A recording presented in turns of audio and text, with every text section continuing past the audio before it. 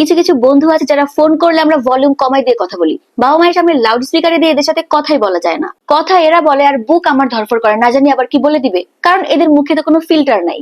এরা কোনো voice note পাঠাইলে ভলিউম সব থেকে কমে দিয়ে কানে লাগাই শুনি যে কি বলতেছে, কারণ এরা তো একটা বজ্জাত। এদের মুখের যা ভাষা, এদের ফোন আসলে দেখবা তুমি অন্য ঘরে চলে যাও, বাড়িতে থাকলে এদের কল রিসিভ করা রিস্কি হয়ে যায়। এরা হ্যালো বলে না তো, এরা ফোন ধরে ডিরেক্ট বলবে কিরে ফোন ধরিস না কেন।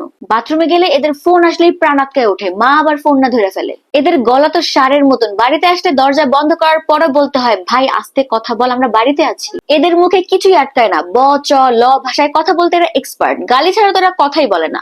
কথা এরা বলে হৃৎপিণ্ড আমার কাঁপে, কারণ এদের মুখ দিয়ে কখন যে কি বোমা বের হয়ে যাবে। হেডফোন ছাড়া এদের সাথে কথা বলা রিস্কি, কারণ এদের কোনো ভরসা নেই, তাই কোনো রিস্ক নেই না। এরা কোনো ভিডিও, কোনো লিঙ্ক বা কোনো ইমেজ পাঠাইলে ভুলেও বাড়ির লোকের সামনে খুলবা না, কারণ ভালো কিছু তো এরা পাঠাবে না, কোনো অশ্লীল জঘন্য কিছুই হবে।